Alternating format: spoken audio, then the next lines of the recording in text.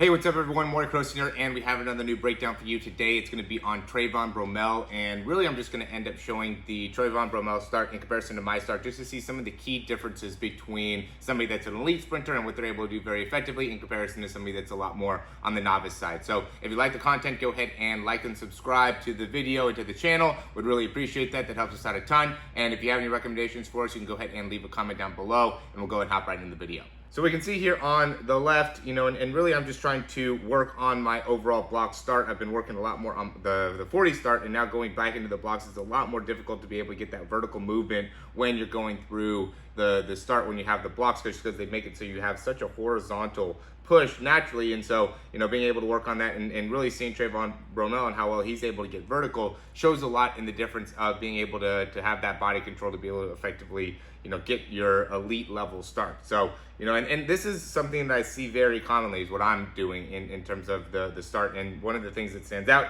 is as I'm getting ready to go here, you can see the difference between my head height and my hip height, right, in comparison to Trayvon Bromell and where his head height to hip height is. Okay, next thing is that initial movement, right, and being able to kind of drop the knee, get the hip down, and really rise up in the spine is what you want to be doing. You can see me, I don't really get the hip down, my hips go up if anything, and my spine stays with a pretty low angle. We'll see the difference between Trayvon Bromell here. Notice how low he brings his hips down from where he started and where his head position is, and then where even his foot position is, right? So, when he's actually landing. So this was where his hips started. This is where they are when they touch. This is where his head started. This is where it is when the foot touched. And then we'll compare that to me, where this was my head when I started in comparison to where it is now. And this was my hips where they start, and that's when they are where they are now. So they did end up going down a little bit. They probably stayed more so about the same. And the head did go up a little bit, but for the most part, in comparison to Trayvon Bromell, significant difference, especially in the head and how much height he got in comparison to how much height I got when going through that start.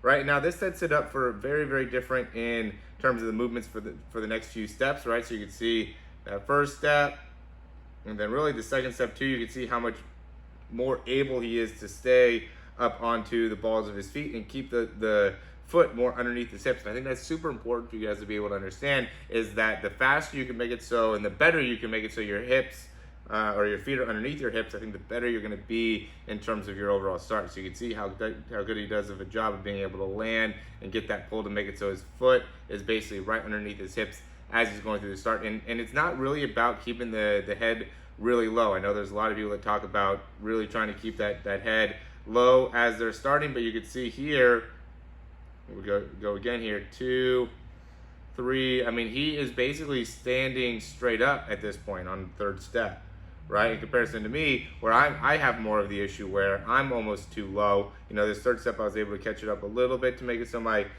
foot was more underneath the hips when landing here, but he's a lot more upright overall, and he's getting closer to getting to his actual top end speed and really getting a great overall transition. So he's really getting a great amount of extension on this step. So he's going third to fourth step right there. Notice me, notice where I'm not really getting full extension on my leg. I'm not really getting that 90-90 position with my front foot, where he's really reaching out great. He's getting good extension there within his spine. So he's really maximizing a lot of parts within his run, where my shin angle's more downwards here, and then my spine angle is a little bit more forward in comparison to where he's at. So you want to be able to work on these things to be able to really maximize the start. And I would say the first movement is just really what's important here, is making sure that you're able to one, keep those feet pretty low too. He does a great job of keeping those feet low as he's starting, right? And I don't try to get my feet up too high as well.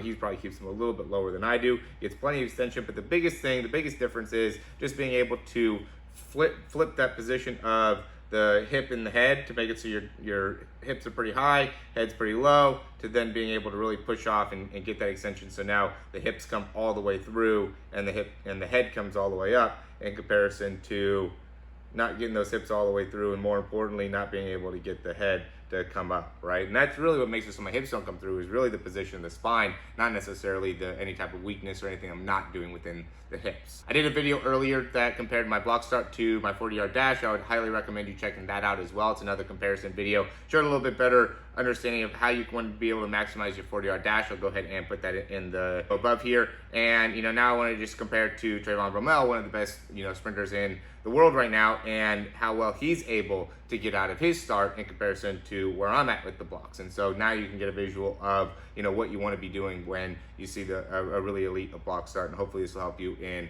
being able to fix some of your own block starts. All right, as always, thanks for watching these videos, and we have a bunch of things in the description down below. Check out our 7-day free trials, check out maybe getting a breakdown, check out some of the other free ebooks, things like that we have down below. And then if you also want to check out our speed program, we'd be happy to get you guys started with that. I would say the big thing with our speed program, or the most value that I provide for you, is going to be through these breakdowns, really getting you to have a good understanding of what you want to be doing when you're sprinting in comparison to what you shouldn't be doing when you're with your sprint. And I'm looking forward to improving my start here within the next couple of days, so that I could give you guys a bit of a comparison of before and after of what you could do within your start. We're just working on the start. I'm not going to do any specific exercises here. I'm just going to go and work on my actual start positioning and how I'm going through it, and should be able to make some improvement there. So yeah, as always, thanks for watching these videos. Subscribe if you want to check out my journey to be able to improve my sprinting, and we'll talk to you soon.